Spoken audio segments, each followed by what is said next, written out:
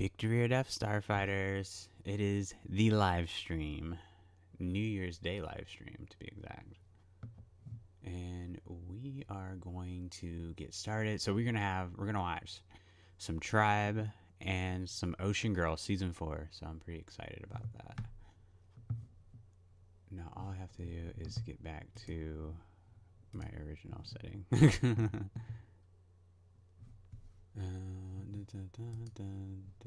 Oh, nope. Where am I going with this? Okay, here we go. So, welcome to the live stream. Oh, look at that. Lazar already said hello. What's up, Lazar? Just in time. We're going to start off with some Tribe, but first we're just going to get to talking. Just the talking and just chill, because it's New Year's Eve. New Year's Eve, heading into the new year, 2022. I guess we'll see what the new year has in store for us, and then maybe talk a little bit what I have in store for the channel in the year 22. That's right. Hey, Lazar, you live in Australia, right? So yeah, it's already 2022 over there, huh? I wish I can. Well, I know Australia is a beautiful place, but I've never wanted to go to Australia. I think it would be cool to stop by, but I've never wanted to like live in Australia, just because I heard you guys have a huge spider population problem, and I'm a complete no to spiders, so that's a no. But yeah, happy New Year. It's 9 p.m. where I am. It's Eastern time over here in America, so it's not New Year's yet, but it will be. And maybe I'll count down if I can remember. We'll probably be in the midst of watching, from the looking at how the shows are lined up, we'll probably be in the midst of watching Ocean Girl, and then it's gonna just turn midnight out of nowhere. All right, so yeah, let's talk some Tribe and Ocean Girl and some 2022 type stuff. So Tribe season 4 is what we're going to be watching to start off, and I remember, and if you go on my channel, you'll see that there's a lot of Tribe stuff. There's a lot of Tribe analysis, and there's even a Tribe watch party from probably a few months ago within the year. I'm still a newly Tribe fan, believe it or not. I started watching the Tribe December of 2020. So all of that 2021 was kind of like my initial start for the Tribe, and really get what's the word I'm trying to search for? Really trying to embrace these characters and a story and all these seasons. But what makes season 4 so interesting is that season 4 is literally, I remember when I finished season 3 and I thought, oh my god, season 3 is so freaking amazing. And I was like, it can't be more amazing than this, right? It has to be its peak. And I was watching them all on YouTube at the time. And when I clicked on season 4 to start that, I'm like, okay, let's see where season 4 is going to take us. I did the complete wrong thing, and I read the comments first.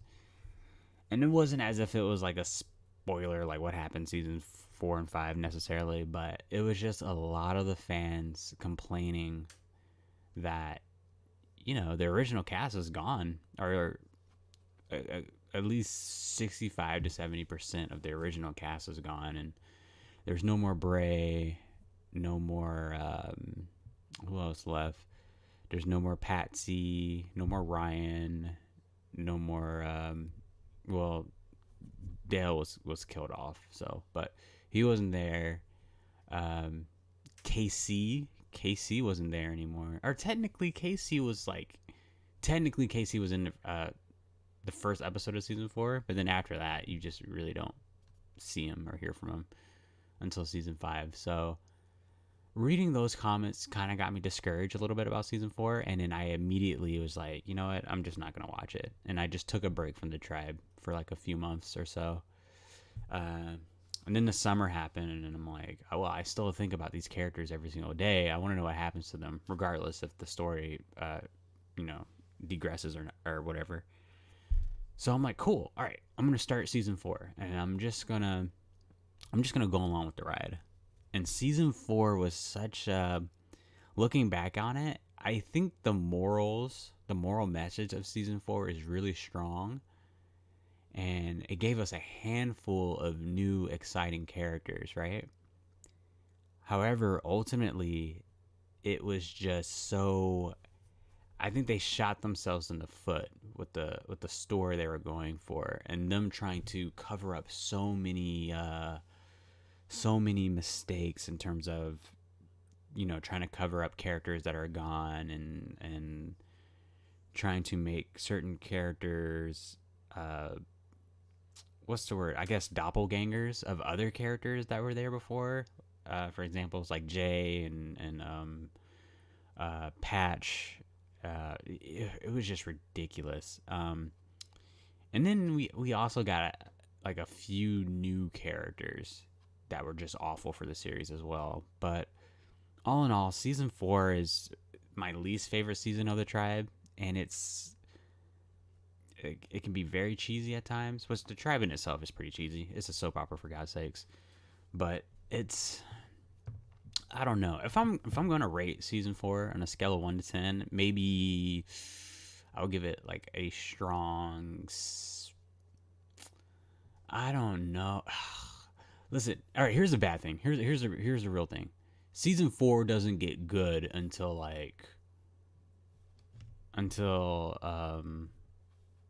what, episode 35, in my opinion. Season 4 doesn't get good until like the mid 30s, episode mid 30s, and that in itself is discouraging. It was boring. It was a lot of questions were not answered, where certain characters were. Why are these new characters here? Why are they kidnapping people? Why do they want the city so bad? And you can't tell me that this, led to that. They completely didn't plan for this, right? To me, in my eyes, season 4 and 5 of the tribe is kind of like the new Star Wars saga of Force Awakens, The Last Jedi, and The Rise of Skywalker. You can't tell me they had a plan going into season, or excuse, well, I'm sure maybe they had a plan for season 4, but it completely didn't go the way they wanted. You can tell for that. And yeah, it's just weird. It's a very hard season for me to watch, just from the fact that I don't know, one, characters not there, two, a lot of the new characters are useless, and then three, uh what else? Three, I don't know. Well, we're gonna get into it with this season 4. We're gonna watch episodes 1, 2, and 3, which should be really fun. So, do do do do. Oh yeah, so let's talk about Ocean Girl now, since we got that tribe stuff out of the way. So, and I told this to Lazar. Season 4 of Ocean Girl, or let me just start with Ocean Girl. So initially, after watching the first 2 seasons of Ocean Girl, I wanted to do an analysis for it, but I wasn't really too sure how to go about it, because season 1 of Ocean Girl, what made it so fun, what made the show so amazing, is that there was no story per se. There wasn't like a from first episode to last episode, these events are happening and this is gonna pan out this way. It wasn't about that. Season 1 is really just watching a young woman named Neri, and basically for the 12 episodes, just trying to figure out what the hell she is. Because at the first few episodes, you're like, oh man, it's like another human living on this island. And then you start to see she has like super strength, and she's able to swim faster than like literally cruise ships. in the water and she can speak to whales, and then you start thinking about like episodes 5 to episodes 8, like, oh, I don't know if she's human. Is she a mutant? Is she this and that? What made season 1 so fun is just trying to it's just enjoying the ride that Neri goes on, and as an audience member, you're kind of just observing Neri find out who she is. At the same time, you're trying to figure out who she is. So that's what made season 1 so fun. And of course, the world building that they had too with Orca, this underground, or excuse me, underwater city, and filled with marine biologists, and kind of like a low key military presence was really cool. And oh my god, the characters are so good as well. What made Ocean Girl season 1 such a maybe I can say a rarity, what made it such a rare thing to enjoy is that the main characters we know are the two sons and the mom, and of course Neri. Those are the four main characters of the show. But as for the strongest characters who have the strongest development, that change from episode 1 to episode 12, and you really start caring for, are not those four characters, which is pretty amazing. Is actually, in my opinion, it is the daughter and the captain of Orca in season 1, and their father-daughter dynamic of them always clashing heads, and them briefly talking about how they never see each other, this and that, and they've grown apart, was just freaking fantastic. It was great seeing that season 1. Season 2 of Ocean Girl, this is where it starts to get a little bit more serious, and the pace is a little bit slowed down, but yet not being dull whatsoever. It has a lot more episodes and introduce a few new characters, with getting rid of two, I believe just two characters, which was the daughter and the captain of Orca, which was crazy. I'm like, why would you get rid of them? They're such great characters. But yeah, season 2, now we really, really get to know what Neri is and how she's an alien, and she has a sister here on Earth, which surprisingly she doesn't live too far from. And yeah, season 2 is just a lot of fun. A lot of new characters that are freaking fantastic. And by the start of season 3, all those characters go away. They see Ocean Girl has a huge, I guess it's not a problem because they're really good at it, but they have a real problem with developing such great characters from the start of the season to the end of the season, and then by the next season they completely get rid of them. Now, of course, this is obviously like an acting thing where actors just like, well, the golden rule for actors: never stay on a TV show too long, because then you can get typecast. So it makes sense to me, being in film, that okay, these actors don't want to stay for a season or two. That makes sense, but still, it saddens me because these are such good characters. And season 3 introduces us to Lana, to two other female characters. They're sisters that were really good. And who else? Oh yeah, there's a kid. Lazar says, yeah, Winston's part in the main cast too. Winston. Oh yeah, Winston. Yeah, Winston was awesome. Winston's just that voice of reason in Ocean Girl, and I can't wait to see what he's up to in season 4. I still think one of my favorite episodes of Ocean Girl, and this is just a testament to how freaking great this soundtrack is. My favorite episodes of Ocean Girl are the episodes that have very strong musical scores. So, for an example, season 3 episode, I forgot what. Well, let me go with my overall favorite. Season 3 episode 16, I believe, of Ocean Girl. I think it's called Radioactive. Which features the actress from what's that show that I did a full episode review for? Hang on, I'm on my channel right now. I can look this up. It was a It was the main actress from the TV show. Oh, why wouldn't it have it in the display? Okay, it was. Hang on, I'm almost there. Almost there. She actually been in a lot of stuff because she works over there, or she acts over there in Australia. Um, wait, where is it? Oh, I don't see it. Oh, this is weird. Unless I'm just missing it. Oh, well, I can't even find the video. Well, but yeah, it's I forgot what it was called. Oh wait, hang on. I know where I can find it. It matters to me to make these references. It's like I don't want to leave references up in the air. Sky Trackers. That's what it is. Yeah, Sky Trackers. I should have an episode review on that.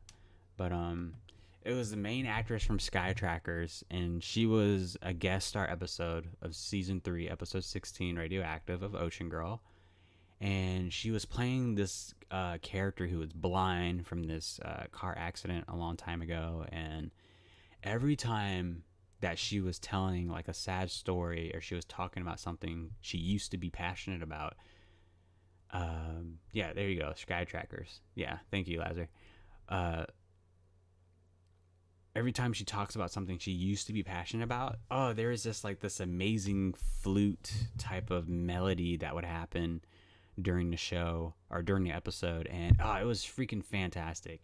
And at the very end of the episode, when she gave Neri the I guess the artifact, um she was kind of like, they said their goodbyes to each other, and when Neri walked away from her, the music that was playing, oh, it was so fantastic. I still watch it to this day. And unfortunately, Ocean Girl is like, all the episodes are, they were taken off of YouTube, but luckily I've saved my favorite episodes from the show, so I can always watch it at any time, which is fantastic. I absolutely love that episode. Um, my other favorite Ocean Girl episode that had a really good soundtrack or a good musical score, in my opinion, was here. Let me restart these videos. uh, my favorite thing was the what was that episode? And Lazar, you probably know this. It was an episode where it was one of the sisters, and she found a stowaway on board. Right? It was some Asian kid, and she was trying to take care of him and make sure he wasn't caught because he was going to get deported or whatever. The episode itself was cool. It was an okay story. Characters were doing what they do. It was fine. There was honestly nothing special about it until the last 3 to 4 minutes of the episode, where the kid did get caught and he had to be deported. In the moment where he's about to get deported, the character looks at the kid, and you hear this melody music just overcome the entire episode, and it was so beautiful. And Winston was there too, and Winston was trying to give his little words of wisdom to her, and yeah, it was freaking fantastic. I absolutely love the soundtrack of Ocean Girl. I think is honestly probably my favorite soundtrack this year in terms of from a TV show or movie. So yeah, that is fantastic.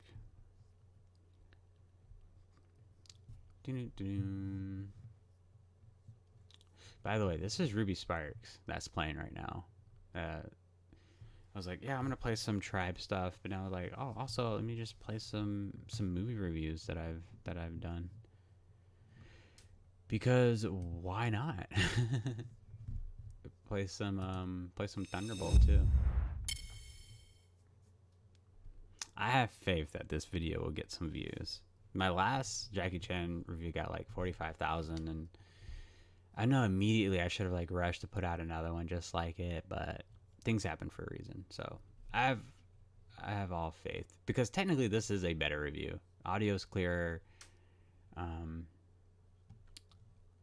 Action sequences, I think I did a really good job with this one.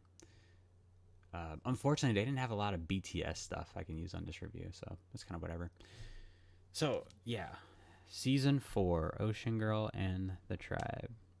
Okay, so before we get started, let's also talk about what to expect in the year 22 for me, or for my channel. So one thing I really want to do is more live streams. Live streams, live streams, live streams. That's definitely one thing that I want to do more of. I'll definitely try to make it a point to do it a few times a month. Or maybe, I mean, we'll see. We'll see. I honestly think that, Lazar says Australian kids shows in the 90s and 2000s were the best. I should have known. I made a lot of playlists after looking around YouTube, but the stuff in the 2010s were pretty good too. Yeah, and Lazar, speaking to that, I've had like some really, really good experiences on YouTube when I'm just like randomly searching for just random stuff from TV shows. And it is like the greatest feeling in the world when you accidentally stumble upon a TV show. You have no idea what it is or what it's about, and you just get so engaged in it. I remember well, there's actually quite a few TV shows, but I think one that's most notable, I love watching Degrassi when I was younger. Like all that teen drama stuff. I used to eat that shit up as a kid. But I remember this is probably like back in 2013 when I was in college, and I remember searching for Degrassi, searching for shows like that, and I came across a TV show called renegadepress.com. And till this day, on par with My So-Called Life, it is the most accurate description, or let me just say most realistic description of what high school is like for a teenager. And it is just freaking fantastic. It's a Canadian TV show. It only went on for, how many seasons did it go on for? I think it actually went on for 4 to 5 seasons, but the seasons were pretty short. Especially that seasons 4 and 5. I think they were only like 10 episodes apiece. But renegadepress.com, when I discovered that on YouTube and like just watching it, yeah, it was freaking, yeah, it was awesome. Yeah, renegadepress.com, by the way, it's about a, what is it about? And you know what? I was just looking it up the other day, and I think the website, the official website for it got taken down. I think it's no longer functioning, which is sad. But renegadepress.com is about a teenager who's Native American and his Native American family who live in Canada, and they just kind of moved out of the res.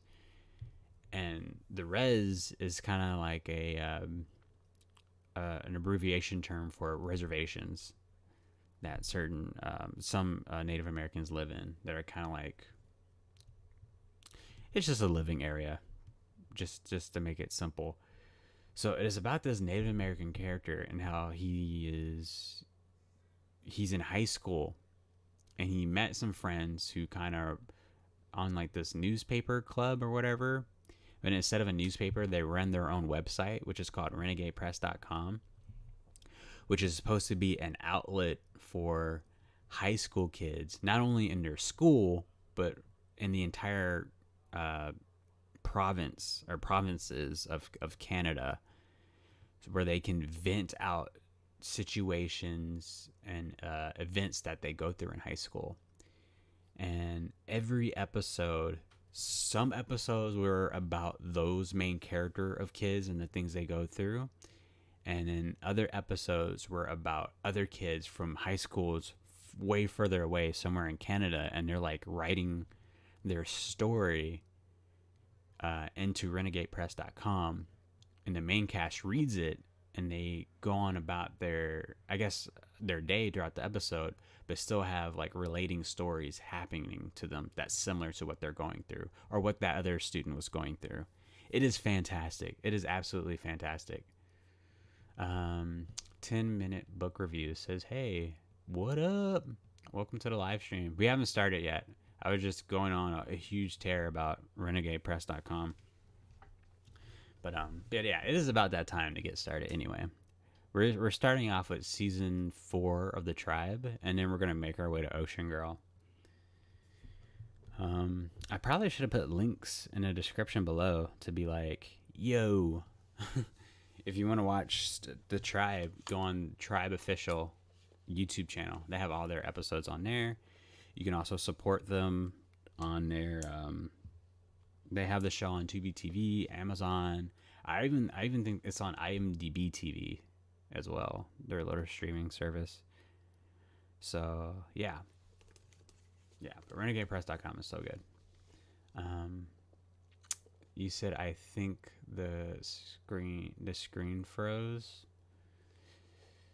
It's all looking good for me. It's all looking good on my side.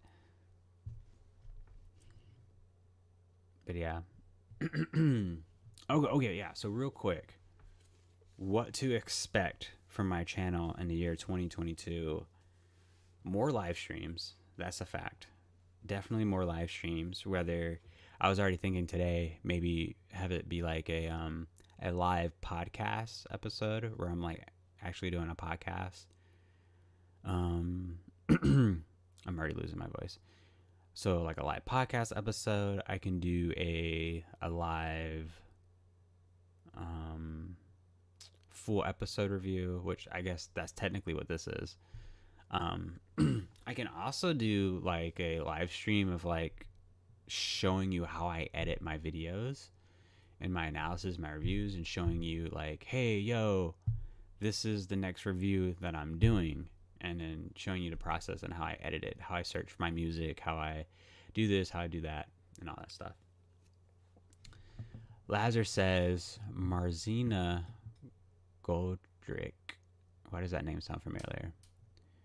Other role than just Ocean Girl was Round the Twist, another Australian kids show classic. I just watched season 1, episode 1 a while back.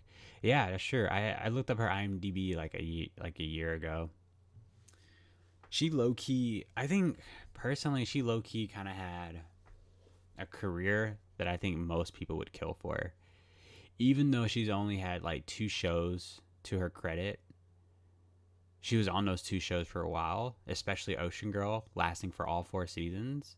And I'm sure she made a good, healthy amount of money from that. And who knows if she saved the money or not. But for some actors who just go the rest of their lives not getting their big break and still trying to fight for that, and then for her to just have it and then just to feel satisfied with it and like, you know, I just want to do other things, I'm completely fine on acting, I think that's beautiful. And I think that's a beautiful rarity to see when certain actors do that. Frankie Muniz is one of them too. I love Frankie Muniz growing up, and he just retired at like the age of 24, I think. But yeah, Frankie Muniz is awesome. So yeah, what I was saying, other things to expect, obviously more movie reviews, more analysis. I have a movie review that I'm getting ready to do called Shanghai Calling. It is a romantic comedy. It's pretty good. So you look out for that. That's definitely coming out in January, and like, I don't know when, but sometime in January. 10-minute book says, I don't think I've ever heard of Ocean Girl. Well, you're about to be in for a serious treat. Ocean Girl, listen, Lazar will tell you about Ocean Girl. Ocean Girl is freaking awesome. Ocean Girl is freaking amazing. And I'll go over it. I'll go over it again real quick once we start the tribe stuff again on how amazing season 1 is and just how fun it is. But yeah, Ocean Girl is a super rare gem. All the episodes are free on YouTube from the channel that it originally came on, but they just took it off. I think because the creator of Ocean Girl is going to put it on his channel pretty soon. So I'm sure if you follow Lazar on his YouTube, he'll let you know like the minute it drops, because That happened with Cybergirl too, the TV show. If you have ever seen that. So yeah, more movie reviews, more TV analysis. I have a TV analysis that I'm gonna release in a few weeks. Called it is an analysis on season 1 of Love Life, and also because I'm talking about two shows. I'm gonna be talking about Love Life, and then I'm also talking about The Deuce, and they're both HBO original series. And The Deuce is a freaking crazy show. And the analysis about it is about time skips, how a TV show uses time skips to convey to their audience that the characters, the world they live in, is evolving rapidly. So yeah, it's freaking fantastic. Yeah, I can't wait for you guys to see that one. I'm already like envisioning it and all that stuff. So more reviews, more analysis, more live streams. What else? Live podcasts you can expect for the new year. I would love to. I gotta figure out what else to put on my YouTube channel, like what other contents and stuff like that. Because that's gonna be pretty fun. Let's see what else. Oh, let me go to the Shanghai Kiss review real quick. Review tribe leaders. This and that. Oh, it's like already done. Oh, I can leave it playing real quick. Okay, we're gonna get started in like literally in like 1 minute. But yeah, super fun stuff to look forward to in the year 2022. And yeah, the biggest goal is just to get out more content, working on my podcast a lot more. Yeah, that's pretty much it. I was supposed to release a podcast episode today on the YouTube channel, but my exporting stuff just went haywire and my computer just shut down. It was like the newest 007 movie, so I'll probably just post it tomorrow. Well, it was such a long movie and a long podcast episode. It's like over 3 hours. But yeah, it is what it is. All right. Well, hell, let's get let's do it. Let's get into these to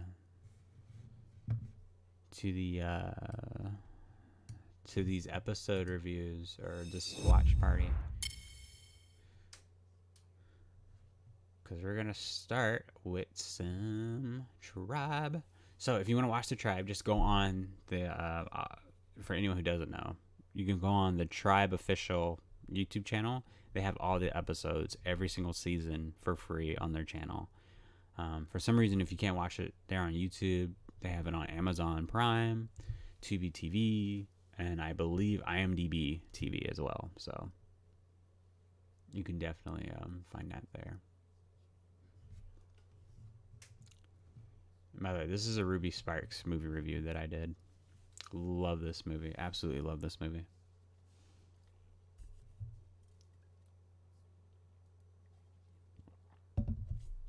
All right. Let's get into it. Get my headphones. All right. So we are going to watch season 4. Yeah. We're going to start off with season 4 of The Tribe.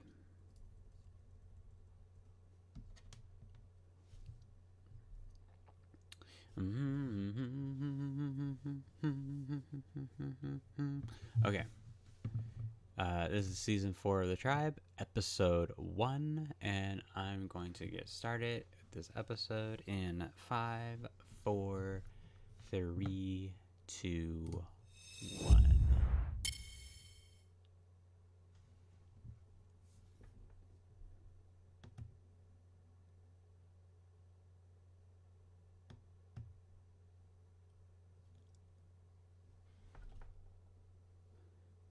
What do you see?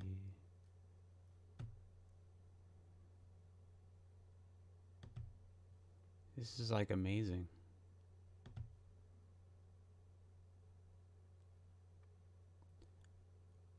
I wonder. Okay. This is David Fox. I don't know who that name is. See, so yeah, Casey was on season 4 for like a minute. Not even a minute, like a few seconds. And technically Tally was on there too. You could just see the back of her head. Whoa. I don't know how I'm already getting tired.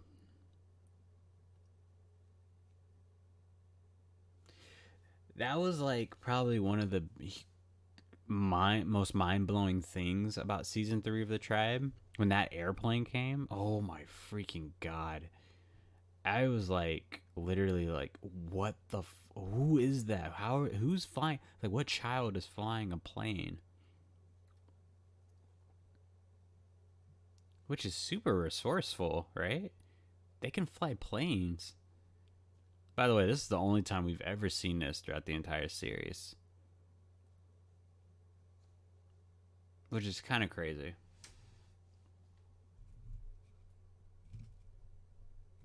Oh, there he is, Jay. Ladies and gentlemen, meet Bray's replacement, the newest heartthrob. I think all in all, Jay is a cool character. He's it's just crazy. He has episodes where it's like, wow, Jay is so cool. I can't wait to know more about his character. He's a he has a good heart, this and that. And then he has other episodes where it's just like, Jay, why the fuck are you even here? Like, why are you on this show? Absolutely crazy. This was kind of crazy too. What in the hell is happening here?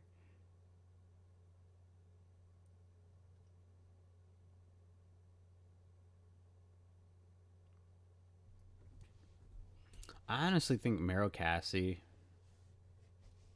and her, well, let me just say Ebony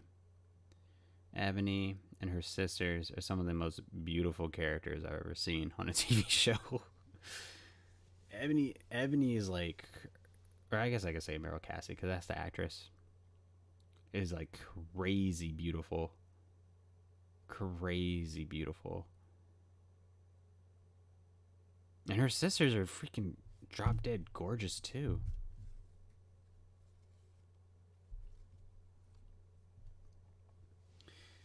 So I'm gonna try to keep a score going. When the Tribe season 4 does things right, they're gonna get a score up. And they do things wrong, I'm gonna give it a score down, or maybe thumbs up, thumbs down. So first of all, thumbs up for actually getting the legit sisters of Meryl Cassie to be Ebony's sisters. That was pretty freaking cool. And they can act too. They both can act. Um so yeah, that's a thumbs up. That was really cool, really authentic. Um Huge thumbs up.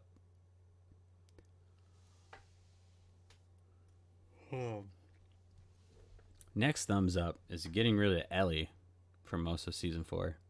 Jesus Christ, but she's annoying. I'm gonna be honest. I didn't like Ellie. Ellie was only good season 2. Yeah, Ellie was fantastic in season 2. She was such a good character. Season 3 and 4 and 5, she's just like, it's insane. She's like more whiny than the little kids. And just super annoying and complains about everything.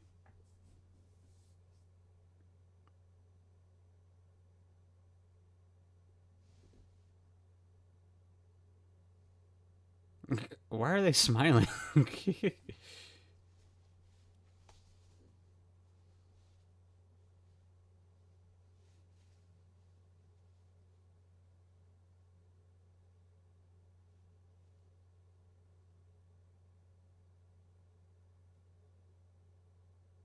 Yeah, what the hell do you mean she's gone? I love Maz, by the way. She's a top 5 character for me. Probably a top 3.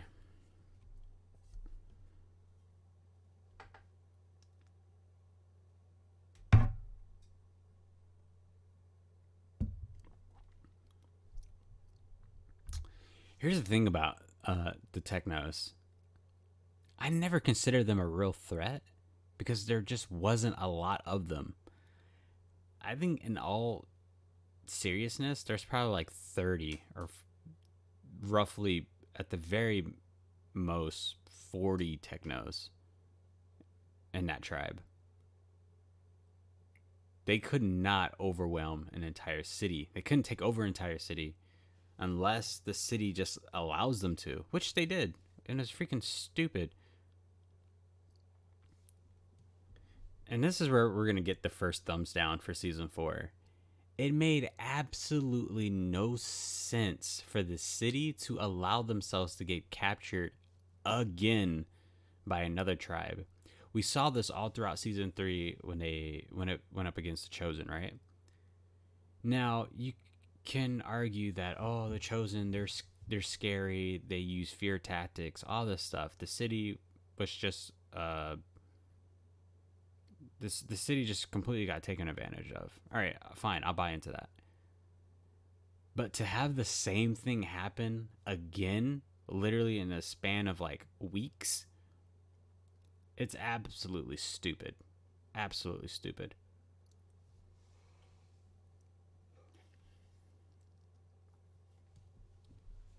It's a thumbs down also because it just makes the city seem completely useless. Like, why on earth would our favorite characters want to fight for the city when they won't even fight for themselves?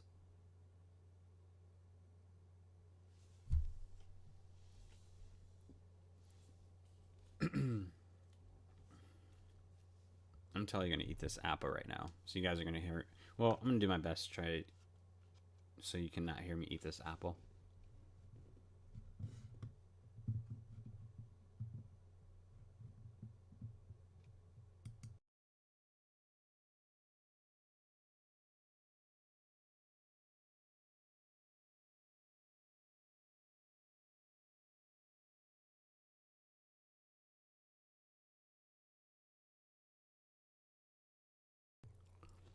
It almost kind of made no sense what happened to Bray either. Yeah, where is Bray?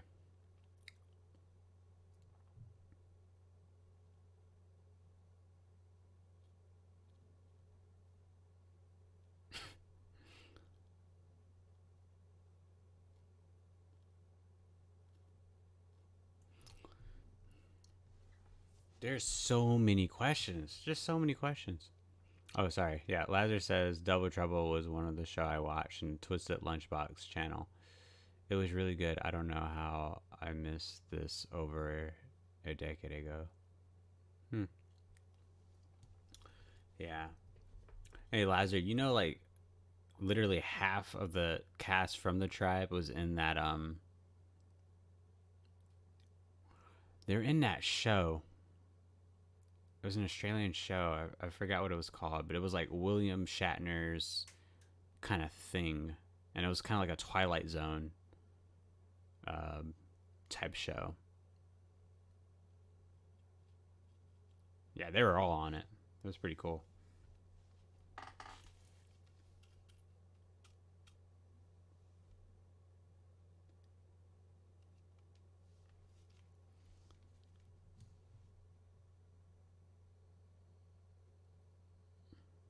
She doesn't respect you, Jack.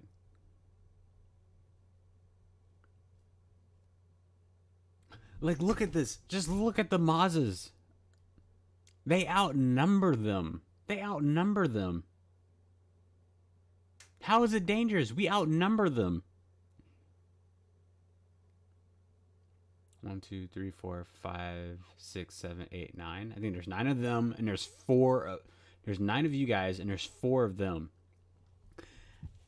I don't care if they have lasers or not. They can only hit one of us at a time, right?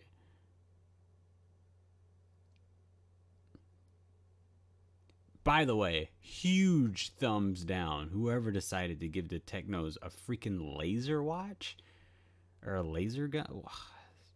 That was just fucking stupid. Yeah, that was really stupid. Another thumbs down for D's character. I hated D's character. Never liked D's character.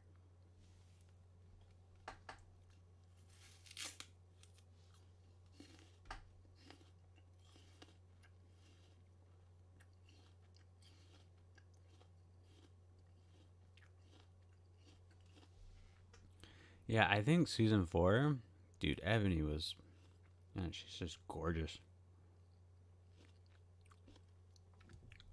How is she so gorgeous? And she's such a good actress, too.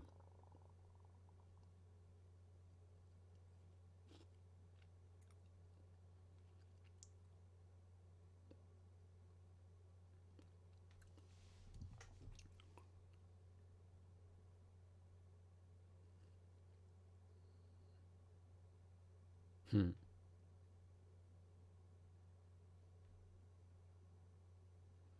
What are these locos doing here? Go outside and defend something.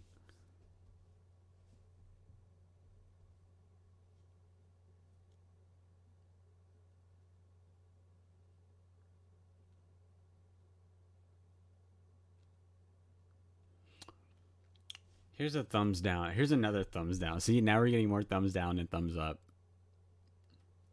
Pride's character, I really do like Pride's character. Season 3 Pride was like freaking awesome. I really liked him. Season 4 Pride was a massacre. They completely massacred his character.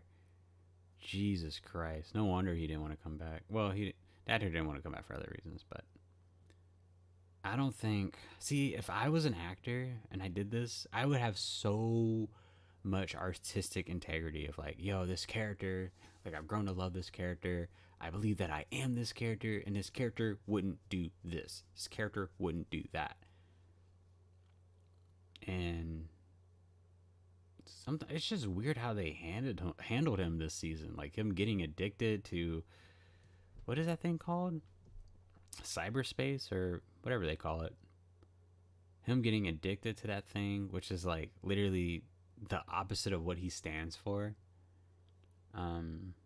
Which I know it was like Ram drugged him or whatever to do it or whatever, but it was just weird and dumb.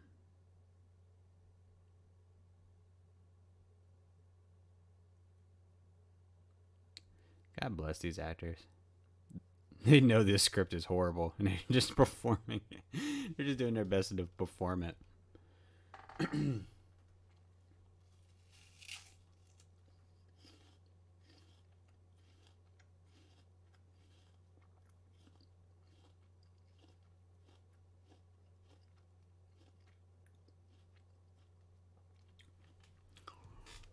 Okay, here's a thumbs up. I'm going to give a thumbs up to Chloe's character. You can honestly say from seasons 1 to 3, Chloe and Patsy were some of the most useless characters in a tribe. And I actually do plan on next year to make a another tribe analysis, but it would be like the top 100 characters, or not 100. Did I say 100? That's too much. Top 50 characters of all time, right? So with the podcast I'm a part of, shout out to Conversations on Eagle Mountain. They helped me make the list, and I have Patsy very, very freaking low on the list because of how useless she was throughout the show. But one of the things is I have Chloe actually pretty high, and that's because of season 4. They completely stopped treating her as a child in season 4, which is a major thumbs up. They could have done that last season, but I don't think they cared.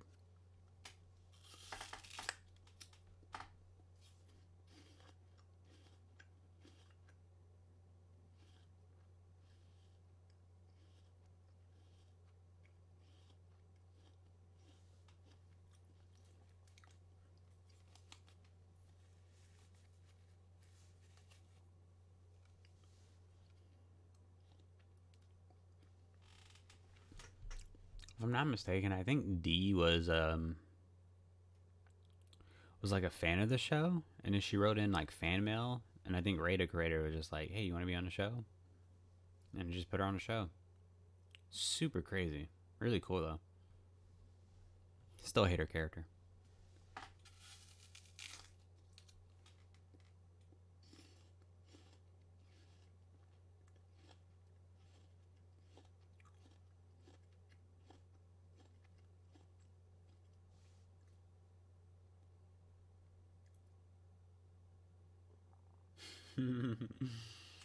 Damn, I love Ebony.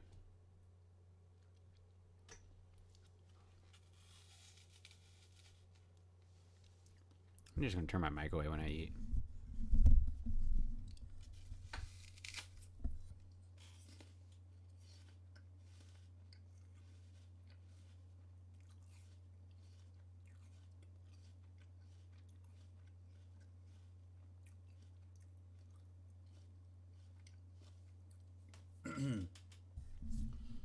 So here's a few more thumbs up.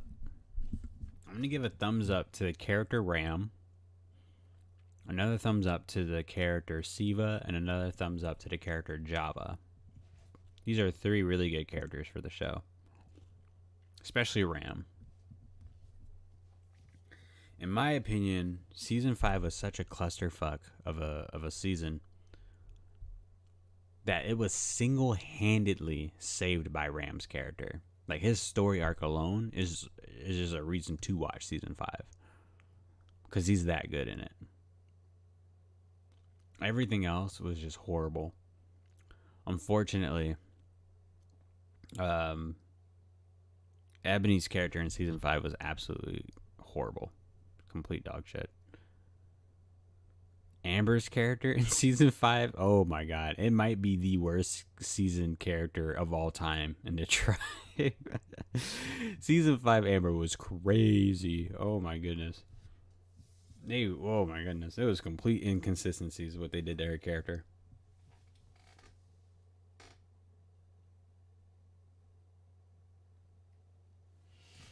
At this point, if I was there, I just kept walking. Like, forget the city.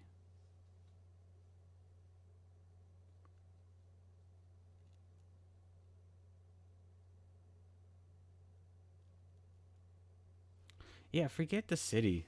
These people won't even fight for themselves. I'm not risking my neck for them at all. I wonder how much they got paid for the show. And I wonder who got paid the most. I have a feeling it was Lex. The actor who plays Lex, Celeb. I mean, technically everyone should be getting paid the same.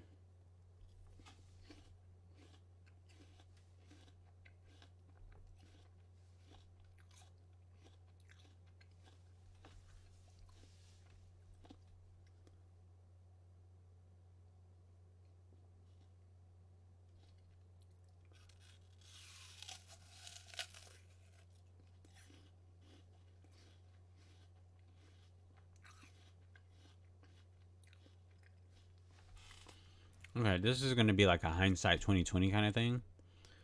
So one of the really bad things, and this is like probably like 50 thumbs down. Or just give it 1 thumbs down. One of the really bad things is this is are giving so many questions for us viewers when we first watched season 4. Like, why are they attacking us? Why are they kidnapping us? Why are they doing this? And that alone was like a reason for me to continue to watch season 4, because I have to figure out, where are they taking these people? Why are they taking them? And then when you watch all of season 4, you don't get those answers. It's almost like they forget about them, right? And then by the start of season 5, they kind of bring it up again. But you literally get no answers to why this is happening. Now this really makes me think, were the Technos, let's say if the original cast was still there, Bray, Patsy, Ryan, everyone is still there, right? Let's just say if they were. Now we're introduced to the Technos. Do you think the Technos would still be trying to kidnap people? You think that would be the storyline? I really feel like that wasn't an original storyline. I feel like they just wrote that in there to explain why half the main cast is gone.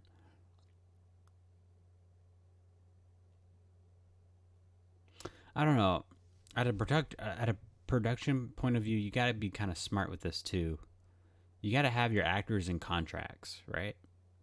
And it doesn't have to be anything crazy like, oh yeah, you're signed on for 4 seasons or 5 seasons, like nothing like that. But just like I would say, every audience is getting at least 2 season contracts. That's what I would do if I was a producer or whatever showrunner, so that hey, your contract is ending, and then I'm making sure the writers know that their contract is ending, so you could make the ending for whatever season we're on somewhat open ended if these characters are going to make it back or not.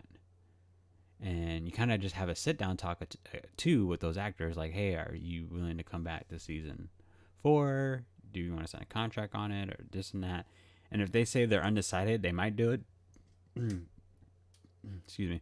If they say they might do it, they might not do it, then it's just like completely write them out at this point, because it has to be a sure thing.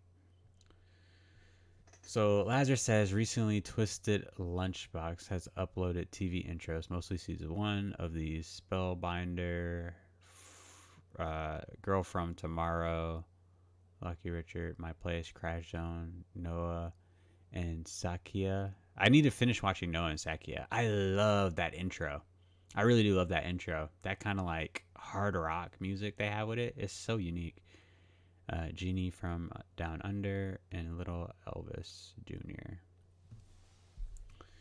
Interesting. I told you I've watched their Girl from Tomorrow, or at least I've seen like a few episodes. My girlfriend grew up with the Girl from Tomorrow, and I think she said that came on literally at the same time Ocean Girl was coming on. So just to have fun one day, we were like, oh, we're totally gonna watch this because it's on Amazon. It's on Amazon Prime, and it might still be on TV. So we watched it, and it was a huge laugh. It's such a silly show.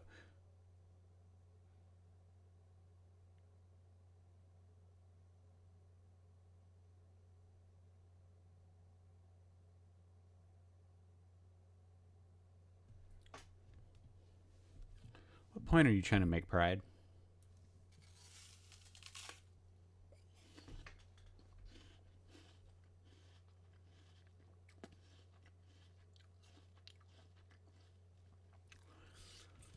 I don't know whether to give it a thumbs up or a thumbs down. That Ebony's sex appeal just went all the way the fuck up in season 4.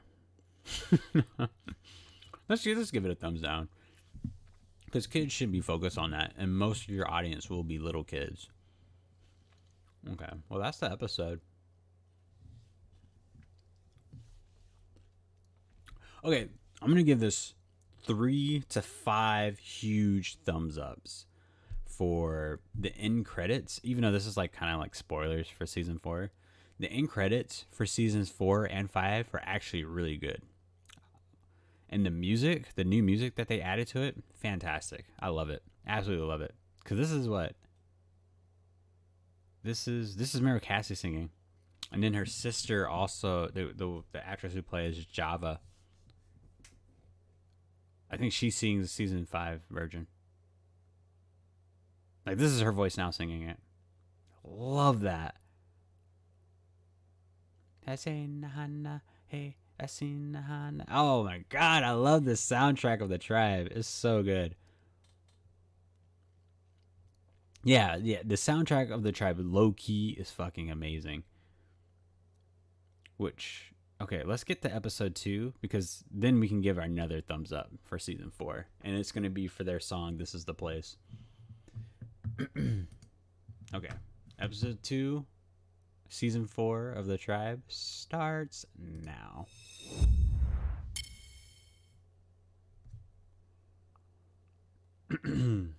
So yeah, so thumbs up for season 4 for they really highlighted the song that the original cast sung or sang. called "This Is the Place," and I believe it was Daniel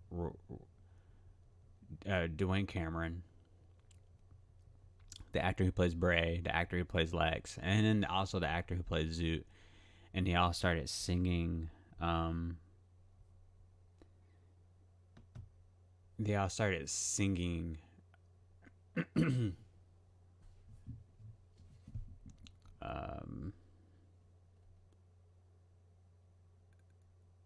They started singing.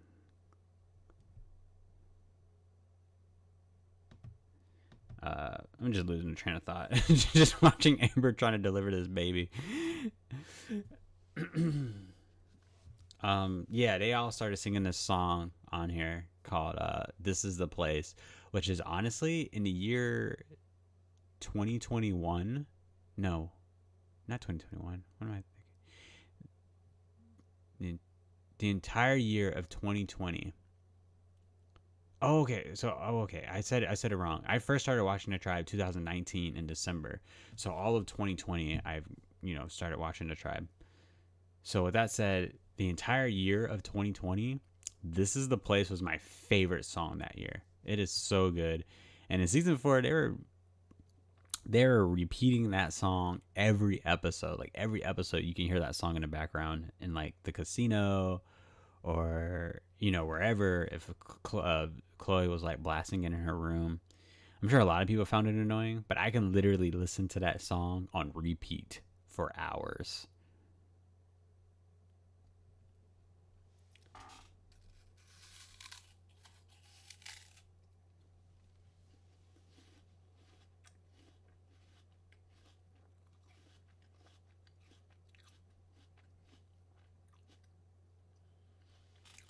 We all could have done something. We outnumber them.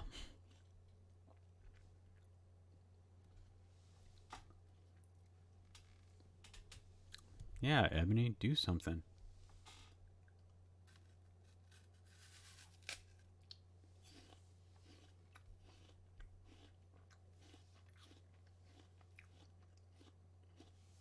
What happened to your locos? I don't know who we're gonna fight with. Oh, I guess Chloe can handle herself, but I'm not really too sure about Jack.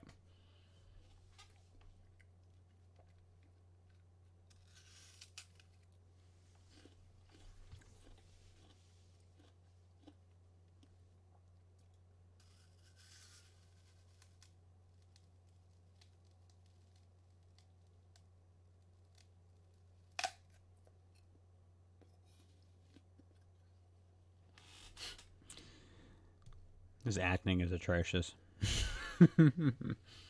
Jay's acting is actually not bad throughout this entirety on the series.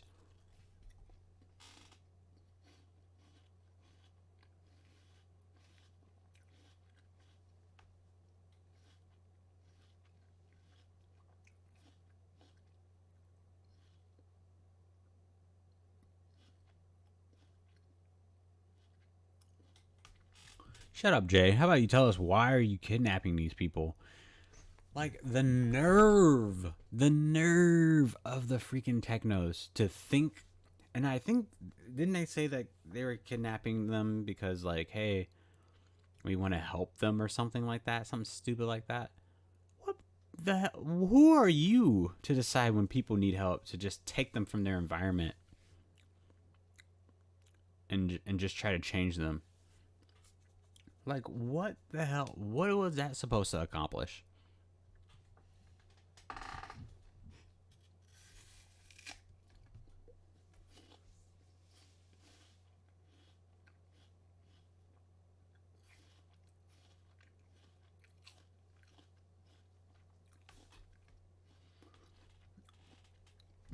Oh, I hate this. I'm giving this a thumbs down too. Watch, just watch.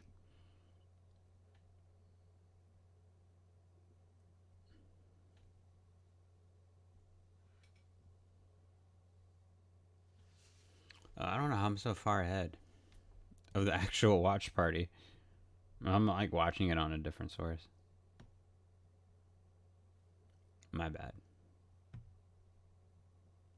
I'm gonna pause it until it's like up to the same speed. Cause what is that, Jack?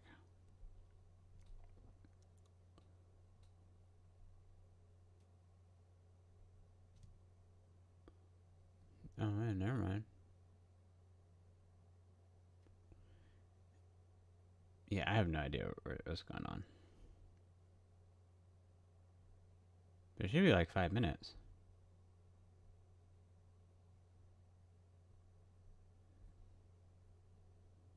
Yeah. Anyway, this is another huge thumbs down because of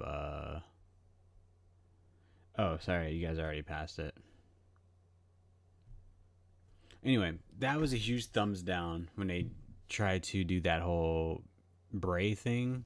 Like, oh, Bray's on the truck. Oh no, where are they taking Bray? That was a scene from season 3, literally. That was a scene from season 3 that they just put on season 4 and then act like no one would notice. Good, Ellie. No man wants to be in your life. So anyway, yeah, that's a huge thumbs down. Lazar says, "What do you think of the Round of Twists theme?" I can't remember what that theme sounds like. You gave me so many theme songs to listen to. All I know is Noah and Sakia is definitely my favorite theme out of all the lists that you gave me.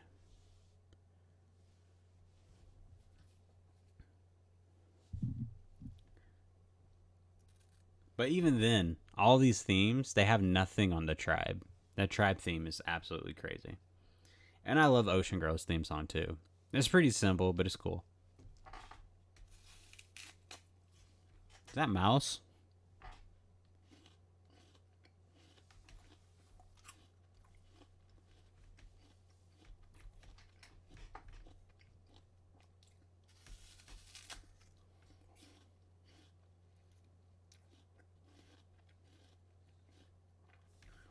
Where are y'all going? We outnumber them. Tofu boy. Wow.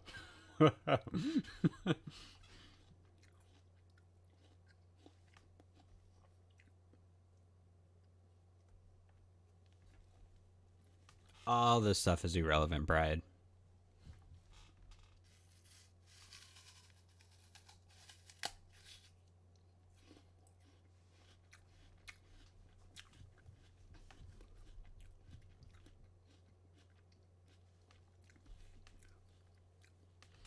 Has anyone seen Meryl Cassie on Instagram? Like her Instagram page? I swear to you, this woman does not age. Somehow she looks even better. Absolutely gorgeous, stunning woman.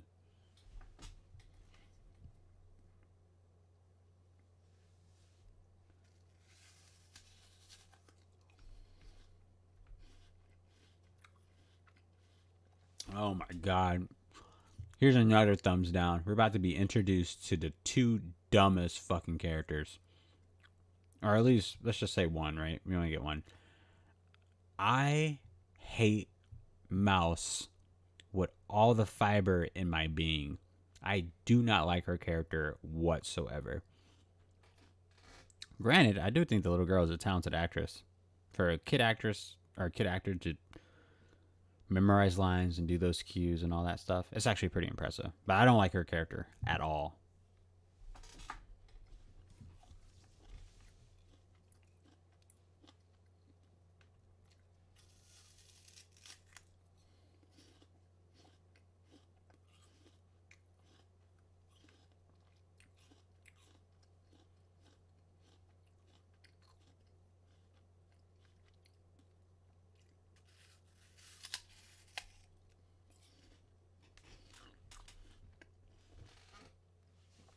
Never understood why people took Ram's leadership so serious.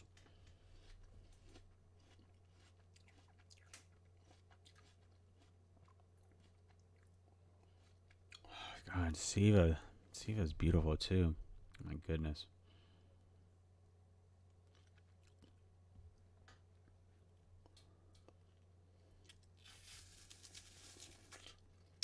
By the way, I love this look that Chloe has. the looks that she had in like seasons like 2 and 3 were really kind of weird. They kind of it just didn't really go well for her. I like this because it's just so, I don't know, it just makes her look like an individual. Like she just separates herself from everyone else. And she looks like a typical teenager.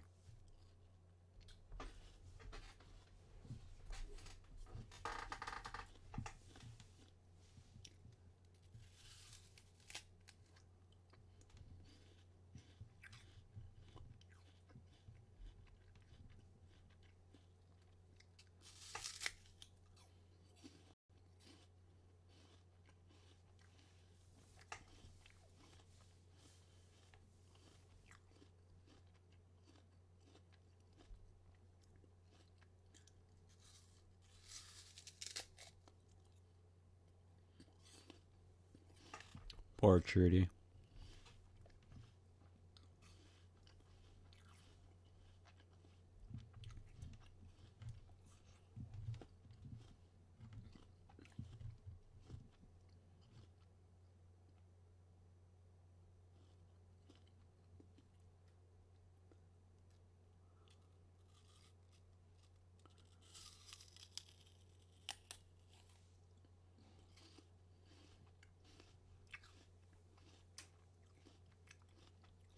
What is that symbol on Amber's face? Is that supposed to be like a Chinese symbol?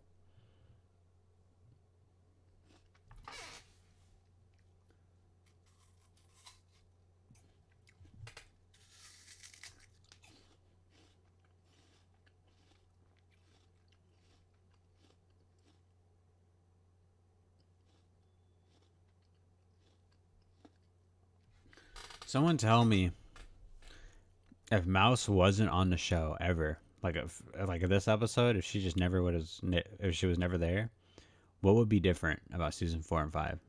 Tell me what would be different.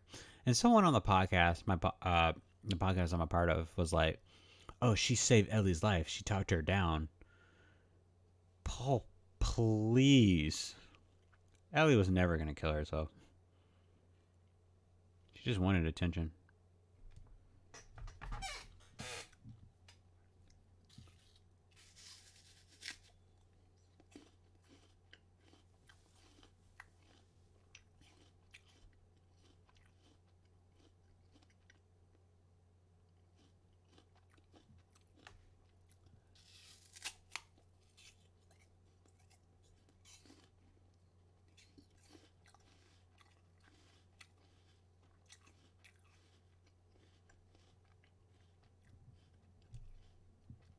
Well,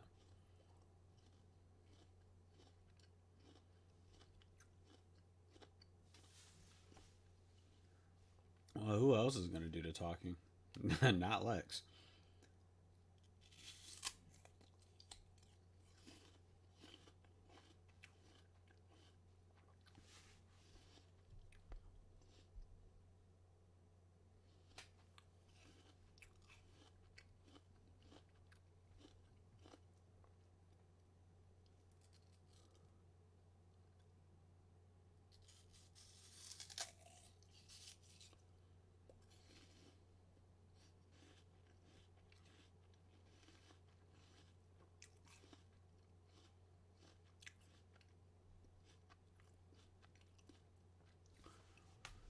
Obviously, there's more technos, right? There's probably like 20 more than this. We outnumber them. It's not even funny to just go on that the show actually put on the charade of like, oh, the Mallrats, this city have met their new match, or they met their match against this new threat. The Technos taking people in. How are they letting them get captured by these people? It makes no sense.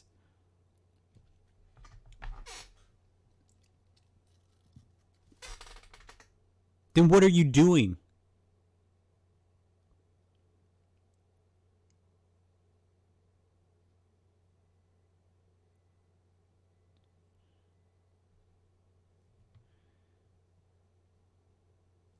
What?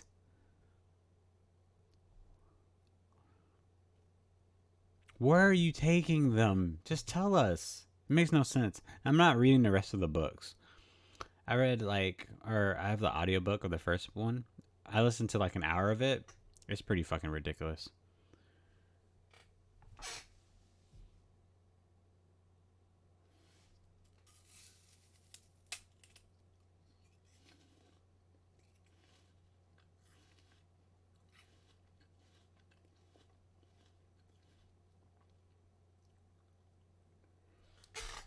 Go back to where we come from and go on with our lives? How are we supposed to do that?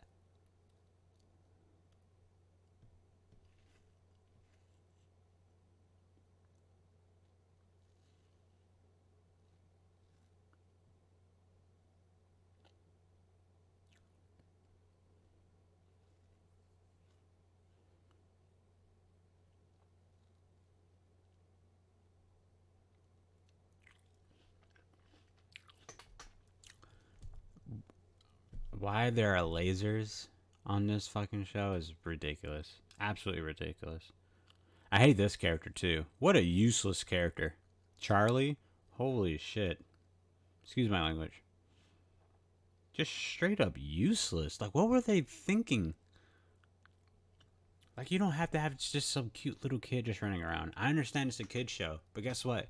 These characters grow. They're human beings. They're gonna grow up.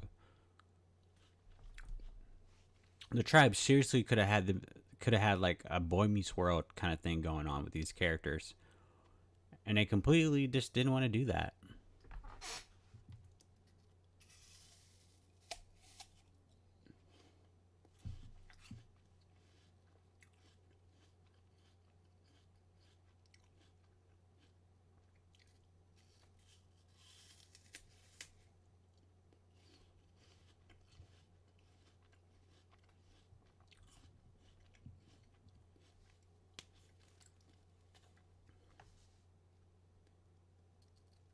Just tell him, or tell her.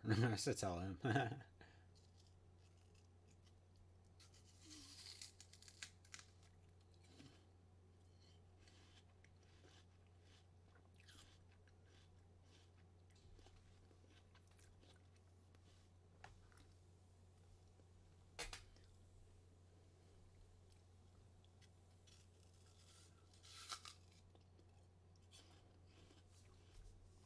Why would that be a dream, Amber?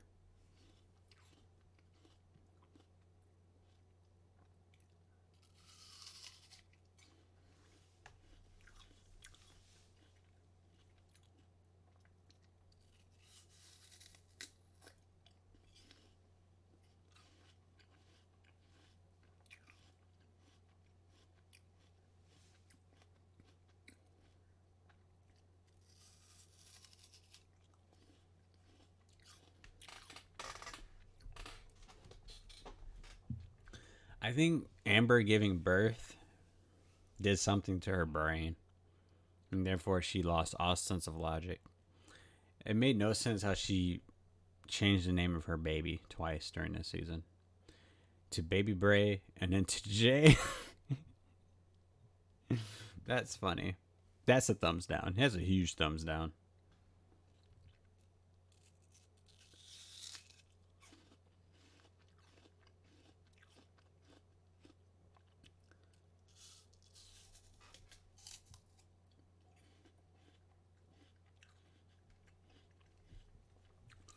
Notice that Ram is wearing his mask all the way wrong.